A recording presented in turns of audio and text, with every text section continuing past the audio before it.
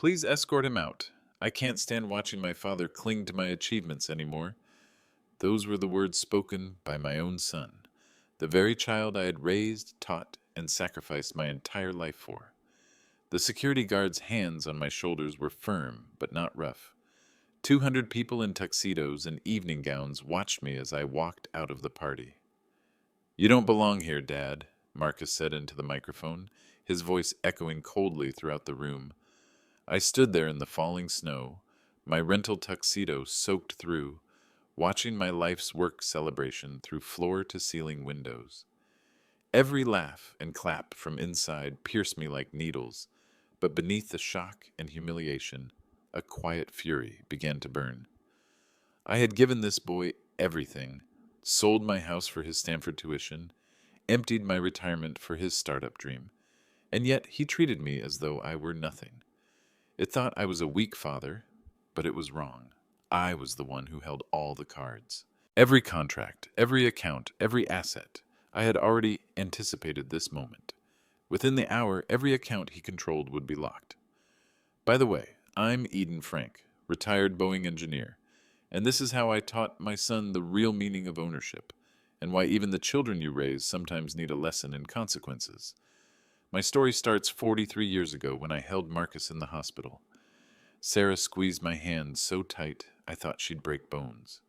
Our boy weighed 6 pounds, 2 ounces. Perfect tiny fingers, perfect tiny toes. I promised right then I'd give him everything I never had. I kept that promise, maybe too well. When Marcus was 16, Sarah got sick. Cancer. The aggressive kind that takes everything you have and asks for more. I worked 80-hour weeks at Boeing while managing her treatments. Marcus never missed a meal or a school event, never went without anything he needed. Sarah died on a Tuesday morning in March. Her last words were about Marcus. Make sure he becomes a good man, Eden, not just a successful one. I should have listened harder to that distinction. After the funeral, it was just Marcus and me, a teenage boy who'd lost his mother, an exhausted father who'd lost his wife. I doubled down on providing, sold our family home to pay for Stanford, took a second mortgage on a smaller place, worked overtime until my supervisor worried I'd collapse. The laughter that used to fill our house went quiet, but Marcus thrived academically, made the dean's list every semester. I told myself Sarah would be proud. I should have seen the signs even then. Marcus graduated summa cum laude with degrees in computer science and business, the proudest day of my life. I sat in those Stanford bleachers watching my son walk across that stage, thinking about Sarah, how she'd have cried happy tears. After graduation, Marcus had big plans. Silicon Valley was calling. He'd studied cybersecurity, saw opportunities everywhere. Healthcare systems getting hacked, patient data stolen, millions of people vulnerable. Dad, I want to build something that matters, he told me over dinner at our favorite restaurant, something that protects people. His eyes lit up, describing the technology, the potential, the impact we could have. We, he said we. I felt something I hadn't experienced since Sarah died. Hope. Marcus needed capital to get started. Angel investors wanted proof of concept first. Classic catch-22. You need money to make money. But banks don't loan to dreams. That's when I made the decision that would change everything. I walked into my credit union and withdrew my entire 401k. $340,000. 40 years of careful saving. Every penny I had for retirement. Son, this is for you, I said, sliding the check across our kitchen table. Build something that would make your mother proud. Marcus stared at those numbers, tears in his eyes. He hugged me so tight I could barely breathe. Those signatures would matter more than either of us knew. We incorporated Cybercore Industries in my garage. Sounds glamorous, right? It wasn't. Boxes of equipment everywhere. Cables running across the floor. The smell of coffee and determination. The lawyer, David Morrison, laid out papers across my workbench. Partnership agreements, stock allocations, business loans that needed personal guarantees. To protect Marcus in case something goes wrong, David explained, we'll make Eden the majority holder initially, 67%. When the company stabilizes, we can transfer ownership back. Made sense to me. I was older, more established credit. If the business failed, I could absorb the loss. Marcus was just 24, his whole life ahead of him. Marcus nodded eagerly. Just temporarily, Dad, until we get established. I signed every document David put in front of me. Stock certificates, bank guarantees, operating agreements. My signature got cramped from writing so much. What about his personal finances? David asked. Business credit cards? Mortgage applications? Marcus looked embarrassed. I don't have established credit yet.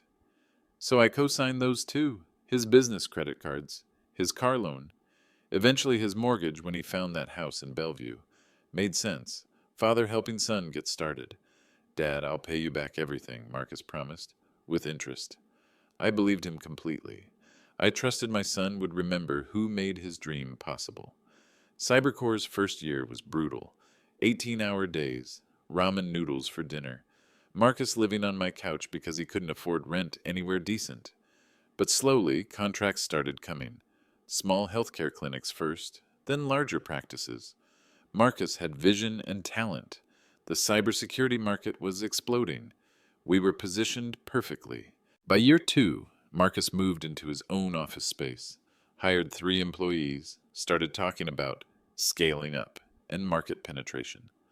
Business language I didn't understand but admired. That's when he met Victoria Chen, corporate lawyer, Stanford Law Review. Everything I wasn't. Polished, connected, sophisticated. Marcus brought her to dinner one Sunday.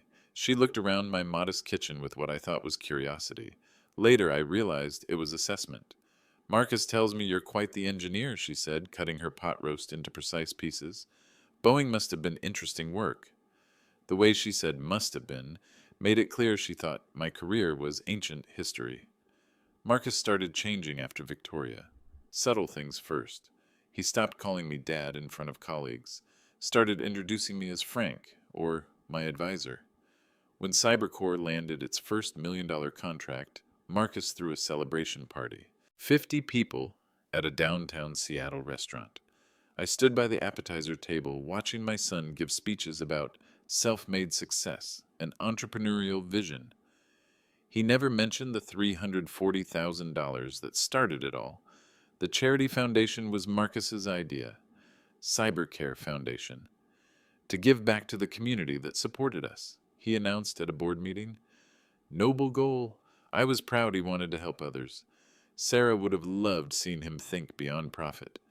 Marcus asked me to help structure the foundation, set up the financial controls, create oversight procedures. Made sense. I'd managed budgets my entire career at Boeing. Dad, would you be backup signatory on the accounts? Marcus asked. Just for emergency access, in case something happens to me. Of course I said yes. Protecting my son had become my default response. The foundation raised money quickly. Marcus had connections throughout Seattle's tech community. Companies donated. Wealthy individuals contributed. Cybercare's reputation grew. But something shifted in Marcus during this period. Success started going to his head. The modest, grateful young man who'd hug me in our kitchen was disappearing. At company events, Marcus began telling different versions of our story. Versions where his vision and determination built everything, where he overcame obstacles through pure willpower. I became a footnote. Sometimes I wasn't mentioned at all. Victoria encouraged this revisionist history. Marcus, you need to own your success, I heard her tell him one evening. Successful people don't apologize for winning.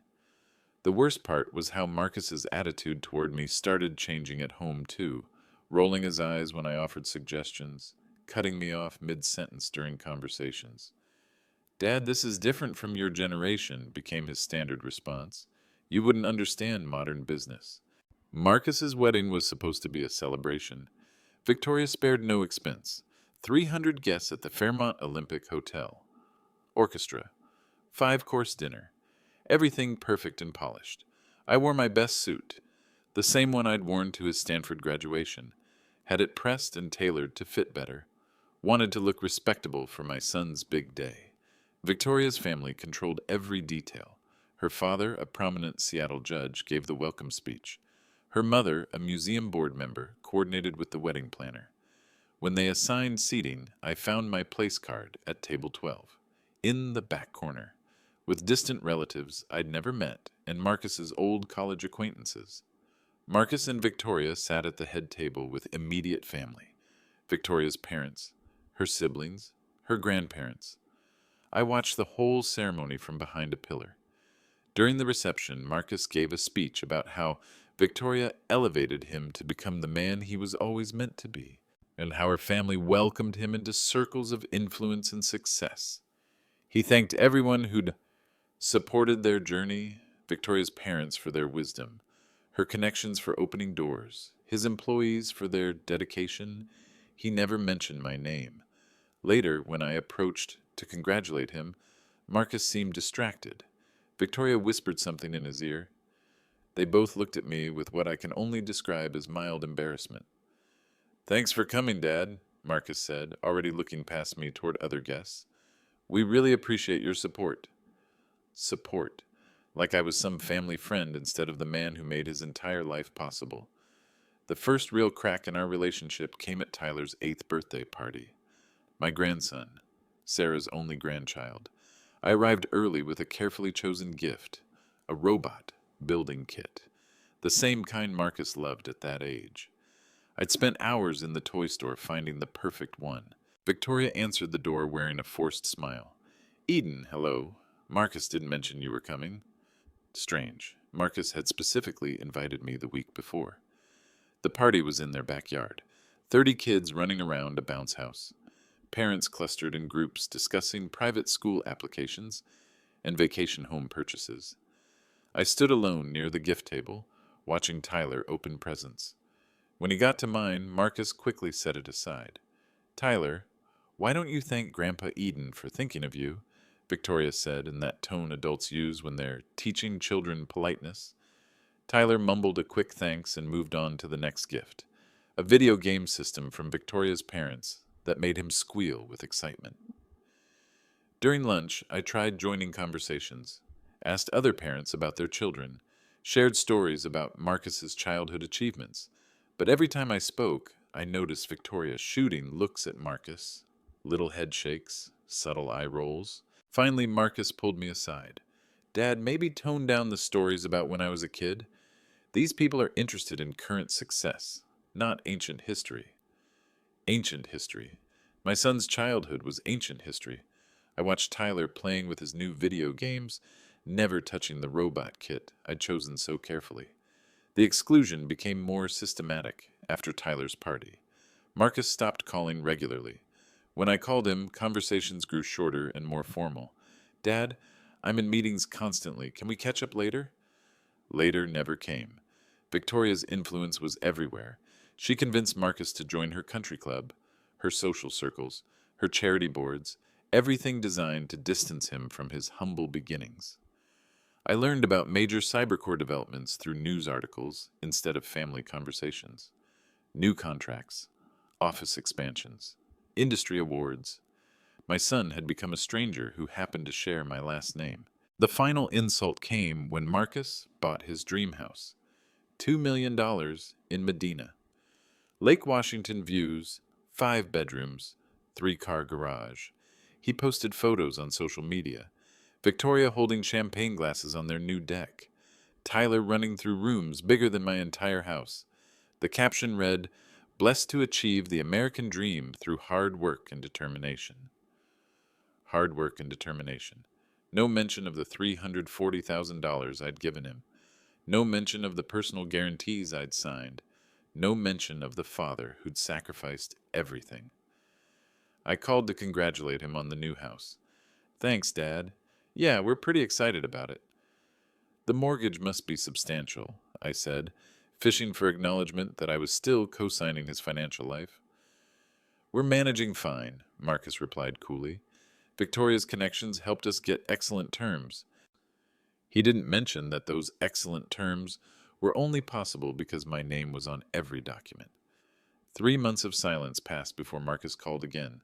His voice had a strange quality, forced cheerfulness mixed with something else. "Dad, I want to invite you to something special." My heart lifted despite everything. Maybe he'd come to his senses. Cybercore is hosting our annual Winter Charity Gala. It's a big deal this year. We're expecting to raise over $2 million for local healthcare initiatives. The invitation felt like an olive branch, a chance to reconnect. I'd love you to see what we've accomplished, Marcus continued. See how far we've come. We've come, he said we. Of course, son. I'd be honored to attend. Great. It's black tie. Four Seasons downtown, Saturday the 15th. I hung up feeling hopeful for the first time in months. Maybe success had finally taught Marcus to appreciate family. Maybe Victoria had realized blood was thicker than country club connections. I went shopping for a new tuxedo, had it properly fitted, got a fresh haircut, practiced conversations I might have with Marcus's colleagues, prepared a congratulations speech in case he introduced me. The invitation arrived by mail 3 days later, formal cardstock with embossed lettering, Eden Frank, written in elegant script. I put it on my refrigerator where I could see it every morning. Physical proof that my son still wanted me in his life. Saturday couldn't come fast enough. Walking into the Four Seasons that December evening, I felt proud. Nervous, but proud. The ballroom glittered with crystal chandeliers and ice sculptures shaped like Cybercore's logo. 200 guests in designer formal wear, Seattle's technology elite, healthcare executives, political figures. The mayor chatted near the bar. This was Marcus's world now, far from the garage where we'd started Cybercore, light years from the modest kitchen table where I'd slid him that first check. Marcus worked the room like a seasoned politician. Firm handshakes, confident laughter. Victoria beside him in a dress that probably cost more than my monthly budget. When he spotted me, Marcus waved me over. For a moment, the old warmth returned to his eyes. Dad, glad you could make it. He put his hand on my shoulder. Let me introduce you to some people. He led me to a group of executives.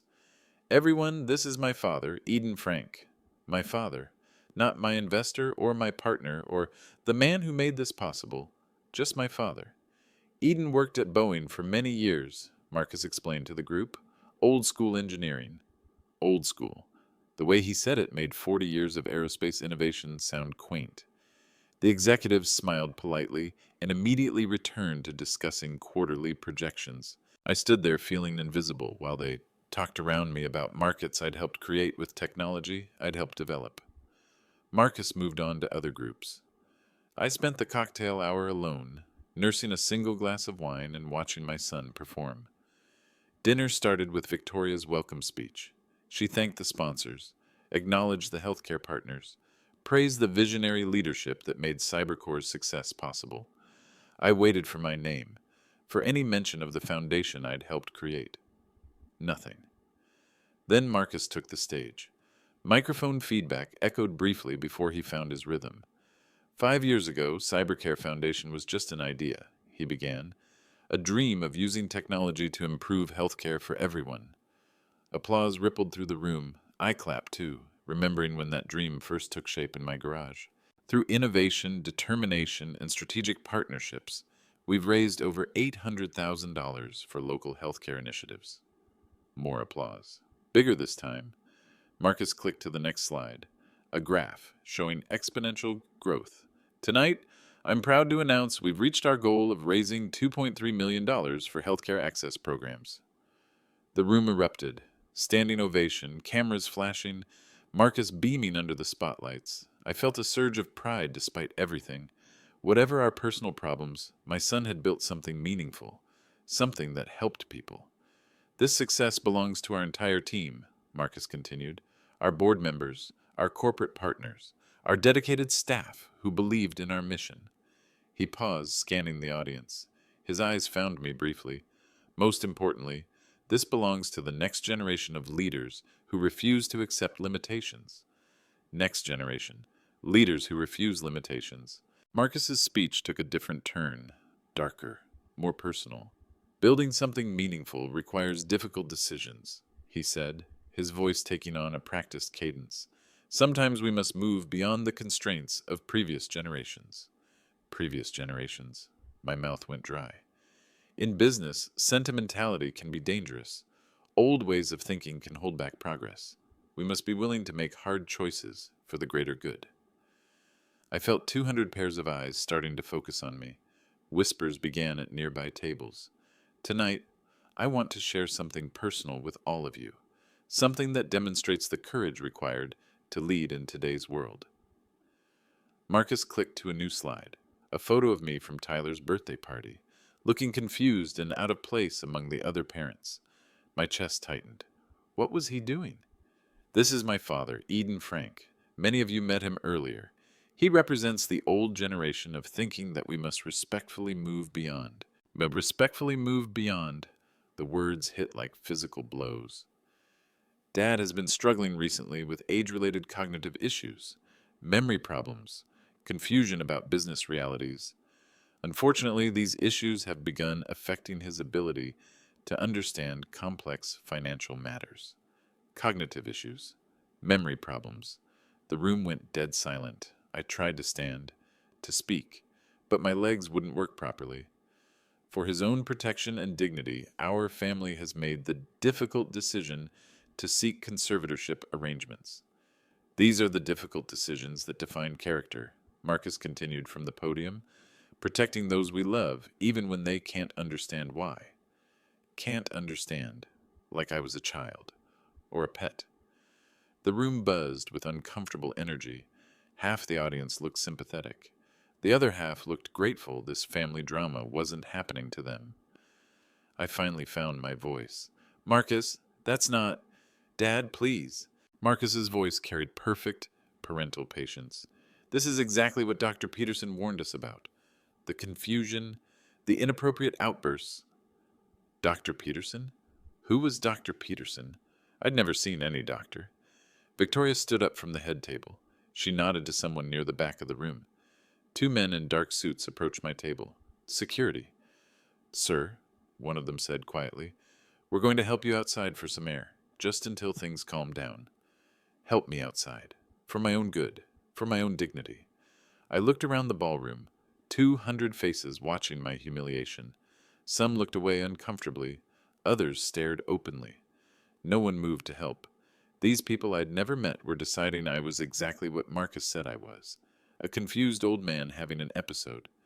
This is a mistake, I said, but my voice sounded weak, even to me. Of course it is, Dad, Marcus said from the stage, his voice gentle and condescending. That's why we're going to take care of everything. And walking through that ballroom felt like drowning. Every step took me further from my life, further from my dignity. Conversations stopped as we passed. Champagne glasses paused halfway to lips. I heard fragments of whispers. How sad. Must be so difficult for Marcus. Such a brave young man. The security guards weren't rough, almost gentle, like they were helping an invalid instead of destroying a man. At the ballroom exit, one of them held the door open. There's a quiet place outside where you can collect yourself, he said kindly. Collect yourself. As if I'd simply had too much wine. The December air hit like a slap. Snow fell in fat, lazy flakes. My rental tuxedo offered no protection against the Seattle cold. Through the floor-to-ceiling windows, I watched Marcus return to his speech. Watched the audience settle back into their comfortable seats. Watched my son continue his performance. As I was saying, his voice carried faintly through the glass, sometimes leadership requires us to make decisions others can't understand. Leadership, decisions others can't understand. I stood there in the falling snow, watching my son receive applause for having me removed, watching Victoria beam with pride, watching 200 strangers celebrate my public execution. But as the cold soaked through my clothes, something crystallized in my mind. 67%. Those incorporation papers David Morrison had explained so carefully, the ones Marcus assumed I'd forgotten about. The valet brought my car around, a 10-year-old Honda Civic that looked pathetic next to the Teslas and BMWs filling the Four Seasons parking garage. Rough evening, sir? He asked sympathetically. I almost laughed. Rough evening. That was one way to put it. The drive home took 20 minutes through empty Seattle streets. Snow collected on my windshield faster than the wipers could clear it. like tears I refused to shed. At home, I sat in my kitchen, still wearing the damp tuxedo. The same kitchen where I'd given Marcus that first check 8 years ago, where I'd signed every document he'd needed, where I'd believed family meant something. The silence felt different now, not lonely, focused. I walked to my study and pulled out the filing cabinet where I kept important papers, birth certificates, insurance policies, military discharge papers from my Navy service, and there in the folder marked Cybercore Industries were all the documents David Morrison had prepared. Stock certificates showing my 67% ownership, personal guarantee agreements with my signature, incorporation papers with my name as majority shareholder. Marcus had built his entire empire on top of these foundations, but in 8 years of success, he'd never actually transferred ownership back to himself. Every legal document still showed the same truth. I owned Cybercore Industries. My son had just publicly humiliated his boss.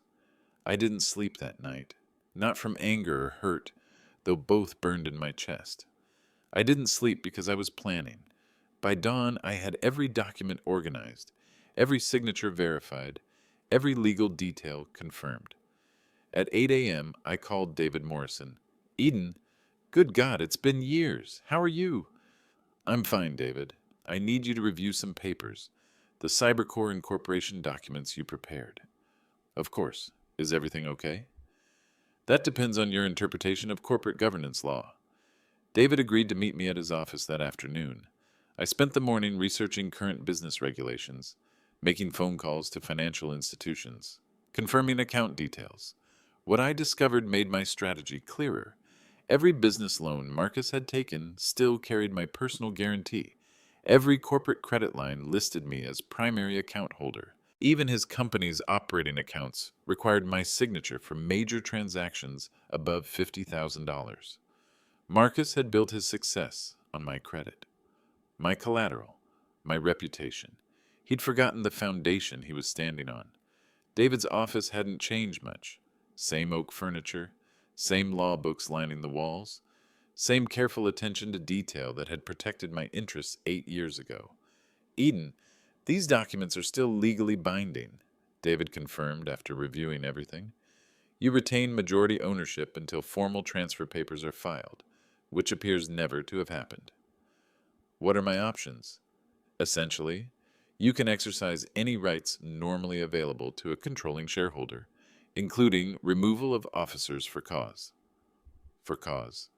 Public humiliation of the company owner certainly qualified. Monday morning arrived gray and cold. Perfect weather for what I had planned. I dressed carefully. My best business suit. The one I'd worn to important Boeing presentations. Polished shoes, conservative tie. I wanted to look like exactly what I was. A serious businessman, conducting serious business.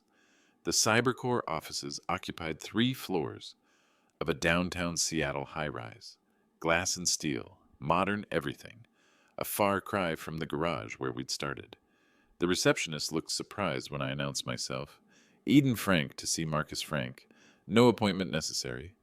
I'm sorry, Mr. Frank, but Marcus is in back-to-back meetings all morning. Would you like to schedule something for later this week? Later this week. Like I was some vendor hoping for 5 minutes. Please tell Marcus that the majority shareholder is here for an immediate board meeting. Majority shareholder. The receptionist's expression shifted. She made a phone call, whispered urgently, hung up looking confused. Marcus will see you now. I walked through the open office space toward the Marcus's corner suite. Employees looked up from their computers. Some recognized me from company events. Others seemed puzzled by my presence. Marcus waited in his doorway, expensive suit, confident posture, every inch the successful CEO he believed himself to be. Dad, what are you doing here? I thought we discussed your situation on Saturday night. My situation. Like I was some problem to be managed. We need to talk, I said simply. Of course. Come in. But I only have a few minutes before my next meeting. A few minutes. To discuss the future of the company I owned. Marcus closed his office door and gestured toward the chair facing his desk. The same arrangement we'd used 8 years ago when I was giving him everything. Now I was taking it back. Dad, about Saturday night. I hope you understand why we had to handle things that way. The optics were getting difficult. Optics. My public humiliation was about optics. Victoria and I have been consulting with specialists about your condition. Dr. Peterson comes highly recommended for these situations. What condition, Marcus? Dad, please.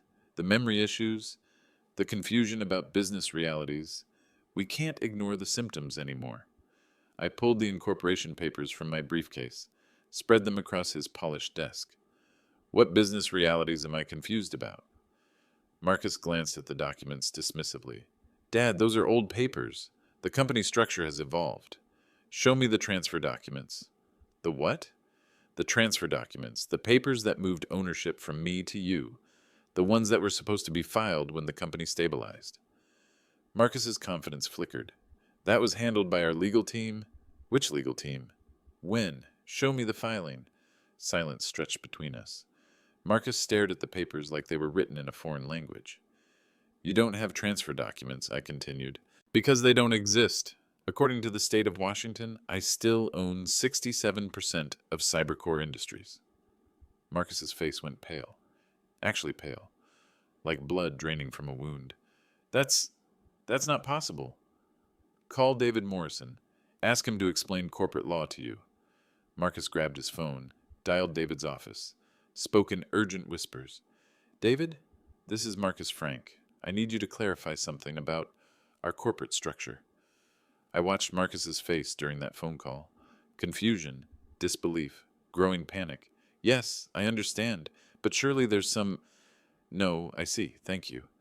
Marcus hung up slowly, like the phone weighed 100 pounds. You still own the majority stake, he said quietly. Correct. But I've been running the company for 8 years. As my employee. The word employee hit him like a physical blow. Marcus Frank, tech industry success story, was learning he'd been working for his father the entire time. Dad, we can work this out. Transfer the shares now. Clean up the paperwork. Why would I do that? Because it's what we always planned. The plan changed Saturday night. Marcus stood up abruptly, started pacing behind his desk. This is insane. You can't just waltz in here and take over a company. I'm not taking over anything. I'm exercising my rights as majority owner. You don't understand modern business. I understand enough. I pulled out my phone and called the Cybercore administrative assistant. Jennifer, this is Eden Frank. Please schedule an emergency board meeting for this afternoon. Full board attendance required. Dad, stop. You're making a huge mistake. The mistake was trusting you to remember who made your success possible. Marcus slumped into his chair, 8 years of confidence evaporating in real time. What do you want? He asked finally. The emergency board meeting convened at 2 p.m. 5 board members around Cybercore's conference table. Marcus at one end, me at the other. Marcus had spent the morning calling lawyers, searching for loopholes, finding none. Ladies and gentlemen, I began, thank you for attending on short notice. I'm exercising my rights as majority shareholder to address serious concerns about executive leadership. Board member Janet Stevens looked confused. Eden, we weren't aware you retained ownership. Apparently neither was Marcus. I distributed copies of the incorporation documents, financial records, stock certificates, everything that proved my legal position. As you can see, Mr. Marcus Frank has been operating under a fundamental misunderstanding about corporate control. Marcus tried to interrupt. This is a technicality. This is the law, I said firmly, and it reveals a pattern of financial mismanagement I've discovered. I opened the second folder. Bank statements from the Cybercare Foundation. Transaction records showing unauthorized transfers. Over the past 18 months, $890,000 has been moved from charitable accounts to operational expenses. Specifically, expenses that appear to be personal rather than business-related. The room went silent. Board members studied the documents with growing alarm. Home renovations, luxury vehicle purchases, country club memberships, all charged against charity funds. Marcus's face flushed red. Those were legitimate business expenses. Were Tyler's private school tuition and Victoria's spa treatments also business expenses? The board members exchanged glances. Corporate malfeasance was serious business. Career-ending business. I move for immediate suspension of Marcus Frank pending a full financial audit, said board member Robert Chen. Seconded, added Janet Stevens. Marcus looked around the table desperately. These people had celebrated his success for years. Now they were protecting themselves from it. This is character assassination, Marcus said. My father is having cognitive issues. Your father seems quite cogent to me, Robert interrupted. His documentation is thorough and his presentation is clear. The financial irregularities speak for themselves, Janet added. We have fiduciary responsibility to investigate. The vote was unanimous. Marcus Frank, suspended from all duties effective immediately. But I wasn't finished. After the board meeting, I made 3 phone calls from Marcus's former office. First call, Cybercore's primary bank. This is Eden Frank, majority shareholder. I'm triggering the personal guarantee clauses on all corporate credit lines. Mr. Marcus Frank is no longer authorized to access these accounts. Second call, Marcus's mortgage company. Eden Frank calling. I'm withdrawing my cosigner status on loan number 778945. Please accelerate the balance due to immediate payment. Hi. And third call, every credit card company where I'd provided guarantees. Please freeze all accounts linked to Marcus Frank, remove my liability, and demand immediate payment of outstanding balances. Marcus stood in the hallway, listening to each conversation, watching his financial life disappear one phone call at a time. Dad, you can't do this. I already have. 8 years of accumulated debt was about to become Marcus's personal responsibility. $680,000 in mortgage payments. $150,000 in credit. Tuesday morning brought reporters. Someone had leaked the Cybercare Foundation scandal, probably a disgruntled board member covering their own liability. I watched the news from my kitchen, Marcus's face filling the screen under the headline, Tech CEO suspended amid charity fund investigation. The reporter stood outside Cybercore's building. Sources confirm that Marcus Frank has been suspended from his position following allegations of financial misappropriation totaling nearly $900,000. $900,000. The number sounded bigger on television. Mr. Frank's father, Eden Frank, who reportedly holds majority ownership of the company, has initiated a complete audit of charitable operations. My phone started ringing, other reporters wanting interviews. I let them go to voicemail. This wasn't about media attention. This was about justice. By Wednesday, the story had spread through Seattle's tight-knit technology community. Marcus's professional reputation was dissolving in real time. No one wanted association with financial scandal. Victoria called me Thursday morning. Eden, you need to stop this madness. Marcus made mistakes, but destroying his career won't solve anything. His career destroyed itself when he chose to steal from charity. He didn't steal. Those were legitimate. Victoria, I've seen the receipts. Luxury handbags aren't legitimate business expenses. Silence on her end. What do you want? She asked finally.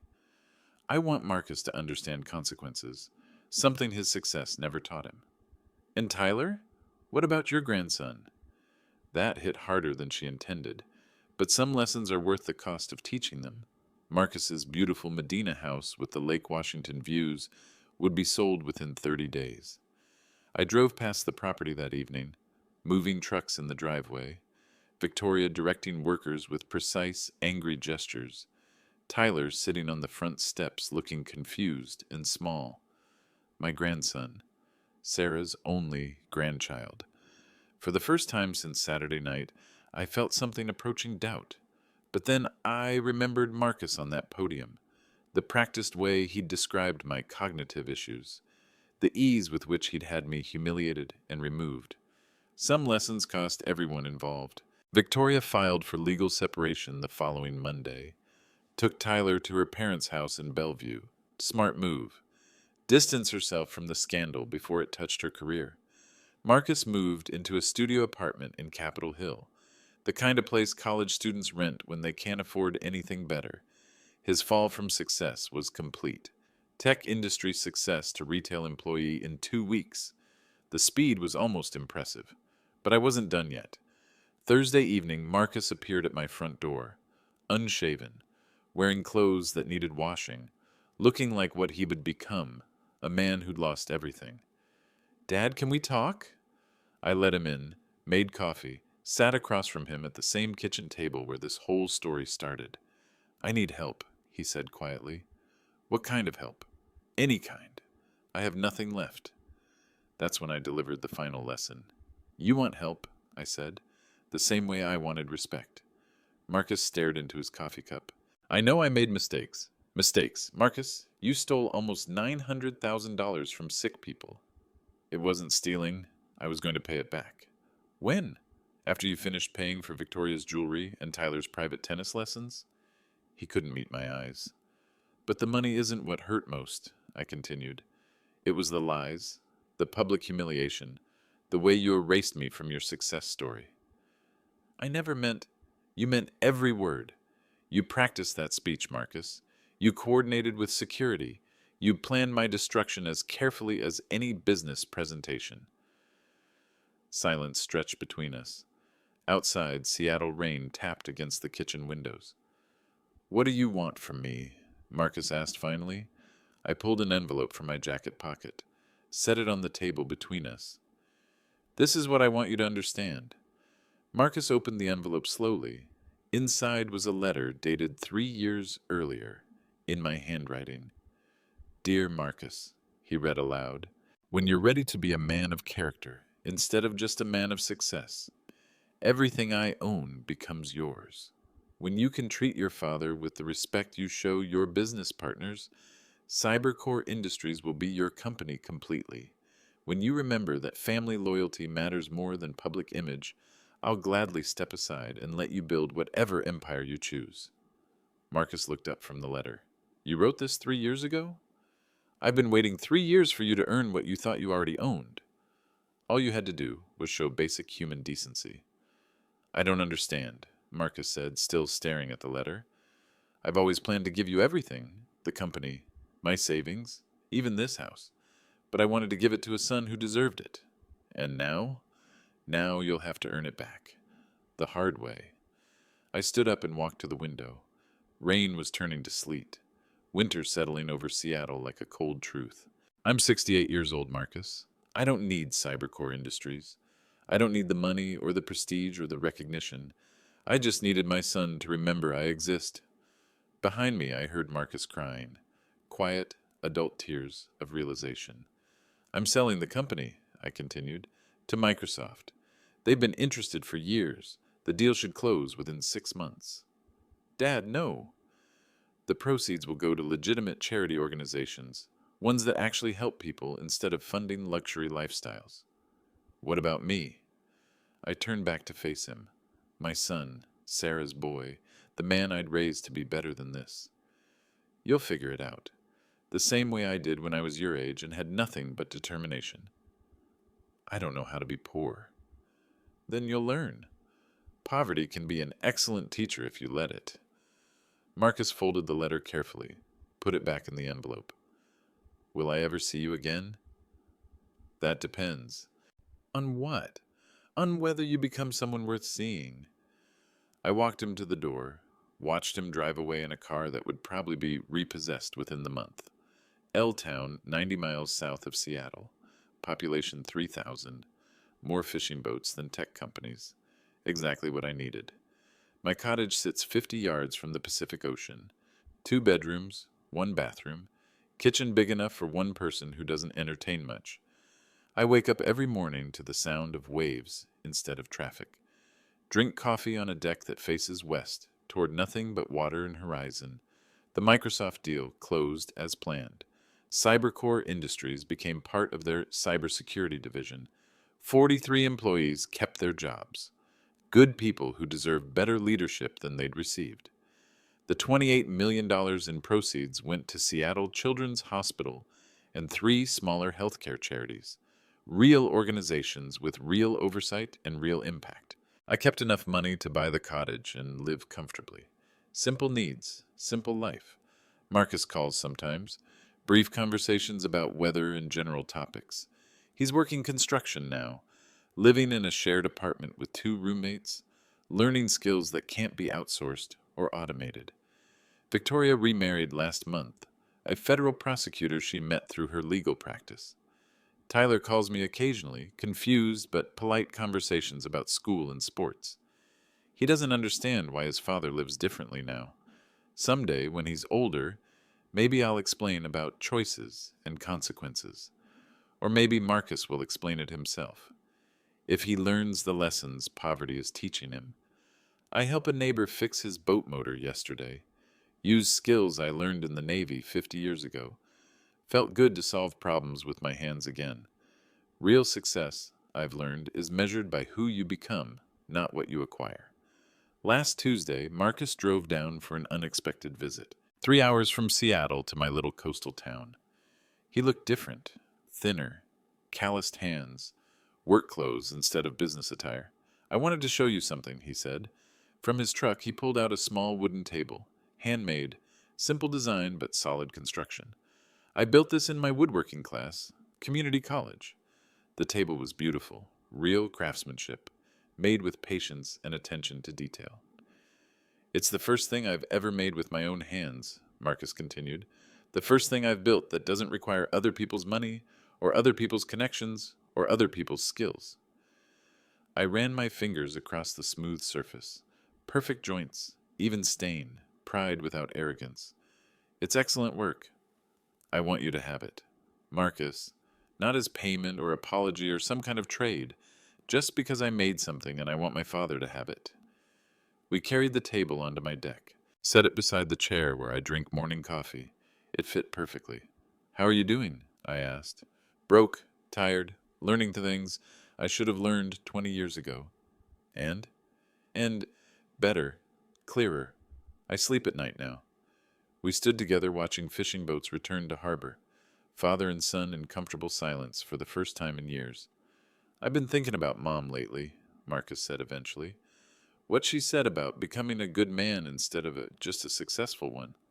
She would have been proud of this table. Yeah, I think she would have been. We cooked together in my small kitchen, nothing fancy. Grilled salmon and steamed vegetables. Simple food that tasted better because we made it together. Tyler asks about you, Marcus said while we washed dishes. How is he? Confused, angry, blames me for everything changing. He's 8. Change is frightening at that age. Victoria's trying to protect him from understanding what really happened. But kids aren't stupid. I dried plates while Marcus scrubbed the pan. Domestic routine that felt surprisingly natural. He wants to visit you, Marcus continued. Keeps asking why Grandpa moved so far away. And what do you tell him? That sometimes adults make mistakes that affect everyone around them. We finished cleaning in comfortable silence. Outside, sunset painted the ocean gold and orange. Dad, can I ask you something? Of course. Did you always plan this? The whole thing? Taking the company back? Making me lose everything? I considered the question carefully. I planned to protect myself legally when we started Cybercore. I never planned for you to become someone I needed protection from. But once I did? Once you did, I used every tool available to teach you lessons success hadn't taught. Marcus nodded slowly. It worked, so did it? I understand things now I never understood before. About work, about earning respect, about what really matters. And what really matters? Character, integrity, treating people like they matter instead of like they're useful. Those words would have made Sarah proud. We walked the beach after dinner. Low tide exposed tide pools filled with small mysteries, sea anemones, hermit crabs, simple life forms that adapted to whatever conditions they found. I've been going to therapy, Marcus said, trying to understand how I became someone who could humiliate his own father. And what have you learned? That success without character is just temporary noise. Where did I hear that before? I smiled despite everything. Your mother used to say something similar. I remember. Don't confuse having things with being someone. We picked up interesting shells, skipped flat stones across gentle waves, activities that cost nothing but time and attention. The therapy helps, Marcus continued, but mostly it's the work, physical labor, creating something real instead of just manipulating numbers and relationships. Construction is honest work. Honest. That's exactly what it is. You can't fake building a wall. Either it's straight and strong, or it isn't. No amount of charm or connections can fix poor craftsmanship. A pelican flew low over the water, hunting for fish with ancient patience. Nature's rhythms continued regardless of human drama. I want to rebuild our relationship, Marcus said eventually, but I don't know how. The same way you rebuilt that table, one piece at a time, with patience and care and attention to detail. Will you let me try? Time will tell. We walked back toward the cottage as stars appeared overhead. City lights no longer obscured the natural beauty of night sky. Thank you for teaching me what I needed to learn, Marcus said, even though it hurt. Sometimes love requires letting people face their choices. That night, Marcus slept on my couch. First time he'd stayed in my home since college. I heard him talking quietly on the phone to Tyler, reading a bedtime story across the distance. In the morning, we had coffee on the deck, using his handmade table. Perfect height, exactly what the space needed. I should head back, Marcus said after breakfast. Long drive, and I have work tomorrow. What kind of project are you working on? Affordable housing, 24 units for low-income families. Nothing glamorous, but it matters. Building homes for people who need them. Sarah would have loved that. I walked him to his truck, an old Ford F-150 with construction equipment in the bed. Tools he'd learned to use with his own hands. Dad, I know I can't undo what I did. The humiliation, the theft, the years of taking you for granted. No, you can't undo it. But I can do better going forward. That's what character means. Not perfection, just consistently choosing to be better. He hugged me before leaving. Real affection, not performance or obligation. The first honest embrace we'd shared in years. I love you, Dad. I love you too, son. I watched his truck disappear around the coastal curve, then returned to my deck and my coffee and my simple morning routine. The ocean continued its eternal rhythm, waves arriving and departing according to laws older than human ambition. Constant change within unchanging patterns. Some storms are necessary to clear the air. Some destruction clears space for something better to grow. 6 months have passed since Marcus's visit. He calls every Sunday now, updates about work, stories about Tyler's baseball games, small progress in rebuilding their relationship. Victoria has softened her position slightly, allows supervised visits, recognizes that Marcus is becoming someone different, someone more worthy of trust. The construction company promoted him to crew leader. Steady work, honest pay. Respect earned through competence rather than manipulation. Tyler sent me a drawing last week, a picture of a cottage by the ocean with 2 stick figures on the deck. Grandpa and Dad, written in 8-year-old handwriting across the bottom. Children understand forgiveness better than adults. They focus on who you are now instead of who you used to be. I've started writing letters to Tyler, stories about his father as a boy, about his grandmother Sarah, about family history he deserves to know.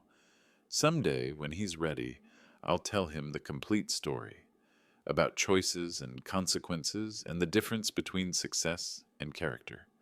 But for now, I'm content with my simple life by the ocean.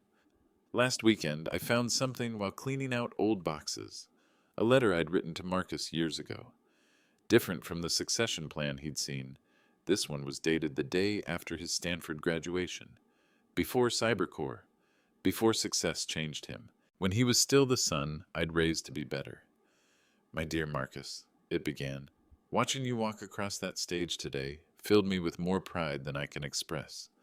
Your mother would have been so proud, not because of your achievements, but because of your character. You are kind. You are humble. You work hard and treat others with respect. These qualities will serve you better than any degree or any fortune. Never let success convince you to abandon them. Love always, Dad. I'd never given him that letter, saved it for some future moment that never came. Now it's too late for that young man. But maybe it's not too late for the man he's becoming. Character isn't about never falling. It's about who you choose to be when you get back up. This morning, I helped a neighbor's grandson fix his bicycle. 8 years old, like Tyler. Chain had come off the gears. Simple problem with a simple solution. The boy watched carefully as I showed him how to realign everything. Ask good questions. Listen to the answers. How did you learn to fix things? He asked. Practice, patience, making lots of mistakes and learning from each one. Like school, like life. We took his bike for a test ride along the coastal path. Perfect day, sun shining, ocean breeze carrying the smell of salt and possibilities. Real success, I've learned, isn't measured by what you acquire. It's measured by who you become, by how you treat others, by whether you leave the world a little better than you found it. Marcus is learning that lesson now, the hard way, but the right way. And Tyler will learn it too, watching his father rebuild from the ground up. Sometimes the best gift you can give someone is letting them discover their own strength.